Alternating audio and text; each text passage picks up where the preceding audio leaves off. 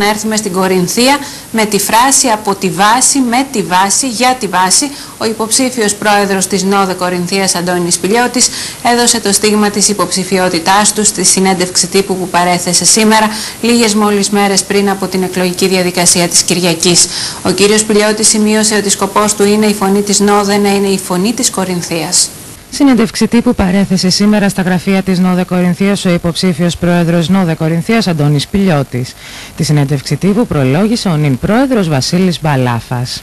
Τόσο σε ευρύτερο κοινωνικό επίπεδο, όσο και σε εσωτερικό οργανωτικό επίπεδο. Η τρέχουσα πολιτική συγκυρία και η δικαιολογημένη επιφυλακτικότητα των πολιτών απέναντι στα κόμματα απαιτούν νέα πρόσωπα, νέες ιδέες και σαφώς αλλαγμένες νοοτροπίες. Να ευχαριστήσω και εγώ με τη σειρά μου για τη στήριξη τον Βασίλη τον Μπαλάφα, τον πρόεδρο της ΟΝΕΔ, της Νομαρχιακής ΟΝΕΔ Κορινθίας. Θέλω να πω δύο πράγματα για την υποψηφιότητά μου.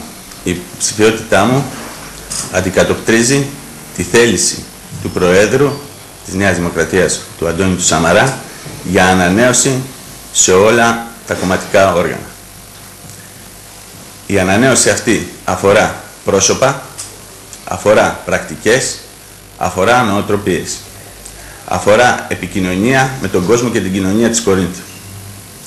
Και αυτό θα γίνει πράξη μέσα από μια ενδεχόμενη εκλογή δική μου, με τον τρόπο που θα διαχειριστούμε τα δρόμενα της Νομαρχιακής της Νέας Δημοκρατίας του νομού Κορινθίας. Ιδιαίτερη έμφαση δίνει ο Αντώνης Πηλιώτης στην επικοινωνία, τις νέες τεχνολογίες και την διάχυση προτάσεων και απόψεων. Με ιδιαίτερη έμφαση στην επικοινωνία με τους δημότες, με τους πολίτες της κοινωνίας της Κορίνθου, με τις νέες τεχνολογίες, με μία διάχυση προτάσεων, απόψεων της κοινωνίας προς το κόμμα, ένθεν και κήθεν, και μετέπειτα την επεξεργασία τους και την αποστολή τους προς την κεντρική διοίκηση του κόμματος, ώστε τα πράγματα αυτά να γίνουν πράξη.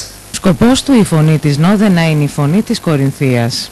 Η φωνή της ΝΟΔΕ θα είναι η φωνή της κοινωνίας των πολιτών της Κορινθίας και ιδιαίτερα των μελών του κόμματος.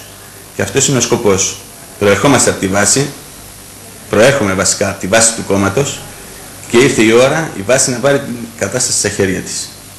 Το σύνθημά μας είναι από τη βάση, με τη βάση, για τη βάση.